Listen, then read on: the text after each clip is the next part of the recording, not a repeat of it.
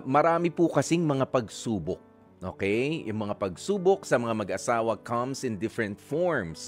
Pwedeng dumating po yan sa buhay ng mag-asawa sa pamagitan halimbawa nga ng infidelity o yung pagtataksil. Ayan, merong third party. Oh, yan yung kadalasan natin mga naririnig eh. Pero of course not, hindi lang po yan.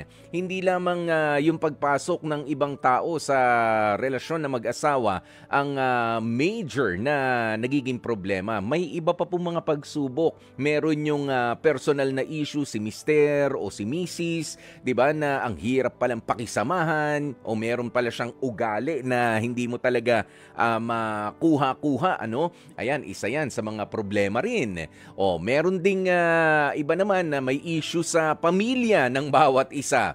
'Di ba? Merong ganyan eh. Okay kayo mag-asawa pero yung mga miyembro ng pamilya nun sa kabila, mainit ang dugo doon sa isa. Alam nyo na, yung pamilya. Ayan, pero isa rin sa mga pinakamatindi po talaga na pagsubok na darating sa buhay mag-asawa ay yung hatid ng isang karamdaman. Okay? Kaya dapat po laging manatili tayong matatag at nagtitiwala.